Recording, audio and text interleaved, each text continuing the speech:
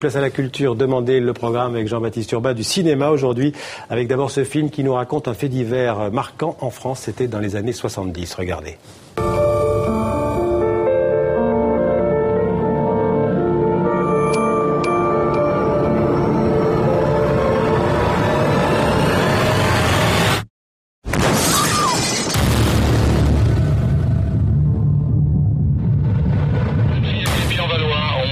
Le tireur faux de Pont-Saint-Maxence. Allez.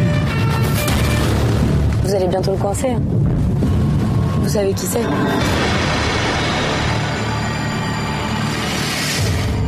Mon collègue et moi, nous voulions savoir si vous aviez un signalement à nous donner de votre agresseur. Il était comment? Il était vieux? Alice, vous comprenez, on a besoin d'éléments. Je comprends. Alice, je vous promets qu'on va tout faire pour arrêter celui qui vous a fait ça.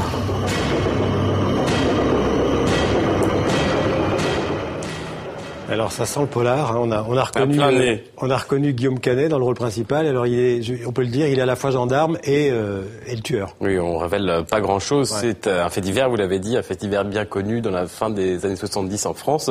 Ça se passe dans l'Oise. Polar signé Cédric Angers et il s'inspire de cette histoire avec ce gendarme qui est le personnage principal, qui veut absolument le tuer, le tueur, sauf que le tueur, vous l'avez compris, c'est lui. Un film vraiment tendu d'un bout à l'autre, captivant, et puis qui nous plonge, qui nous replonge, si on ne l'a pas connu, dans cette France des années 70, avec ses voitures, ses 4L, avec ses cabines téléphoniques à tous les coins de rue, avec ses œufs durs sur les comptoirs des cafés. Et puis il y a cet homme, donc Alain Lamarre.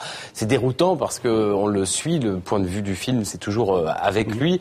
Du coup, on est presque en empathie avec ce personnage et il lutte, on le voit, contre sa folie, malgré lui. Un gendarme modèle et fou, donc, qu'incarne Guillaume Canet, plus troublant que jamais, vous avez vu, avec ce visage un peu cireux, ses yeux très troubles. Regardez un autre extrait, Xavier, pour vous convaincre d'aller voir le film. Il est en voiture avec une autostoppeuse qu'il va tuer, on le sait. Regardez bien les inflexions sur son visage. Je travaille dans la police. Ah ouais, t'es flic? Tu ne peux pas marcher? Non. Et t'enquêtes sur quoi? T'as entendu parler du fou là qui tire sur les filles au hasard? Putain, je travaille sur ça. Incroyable. C'est juste un boulot, hein. Vous allez bientôt le coincer? Bientôt.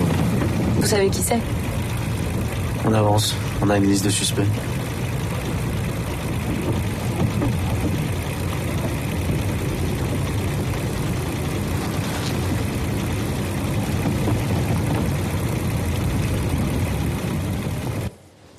Alors, on va passer à un autre film, encore un film français, c'est Respire, avec un film, c'est le deuxième film de Mélanie Laurent. Qui c'est une actrice connue, on l'a vu chez Quentin Tarantino, dans des films français comme Je vais bien, ne t'en fais pas, mais comme Guillaume Canet, c'est aussi une réalisatrice.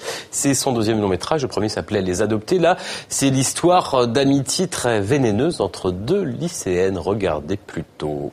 Je vous interromps brièvement. Une arrivée en cours d'année, mademoiselle Perrin. Sarah. Donc je vous la confie.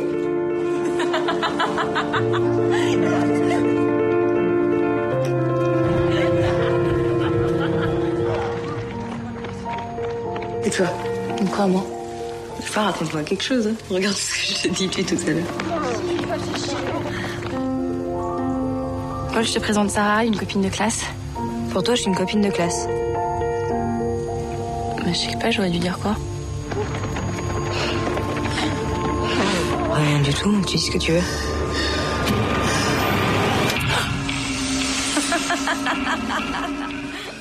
Mais donc une histoire d'amitié, de manipulation, et c'est assez réussi. Bah oui, parce qu'elle a des vrais talents de metteur en scène, de metteuse en scène. Mélanie Laurent, elle parvient très bien à recréer cette ambiance de lycée. Puis il y a ces deux actrices avec cette manipulation entre les deux. Elle s'appelle Lou Delage et Joséphine Papy, avec ces moments d'amour fusionnel et de haine. Ça bascule d'un instant à l'autre. Je propose de regarder un autre extrait pour vous en convaincre, là encore. On regarde, on n'a quasiment plus rien. Rien. Ouais. Je pense que c'est mieux qu'on ne voit pas arriver ensemble. Pardon? Bah ouais, les autres comprendraient pas. Mais moi, je dois comprendre quoi? Tu viens chez moi comme ça? Toi aussi, t'es venu chez moi, tu m'as suivi, on est quitte. Tu te fous de ma gueule. Lâche-moi, là. T'as pas le droit. T'as pas le droit. Putain.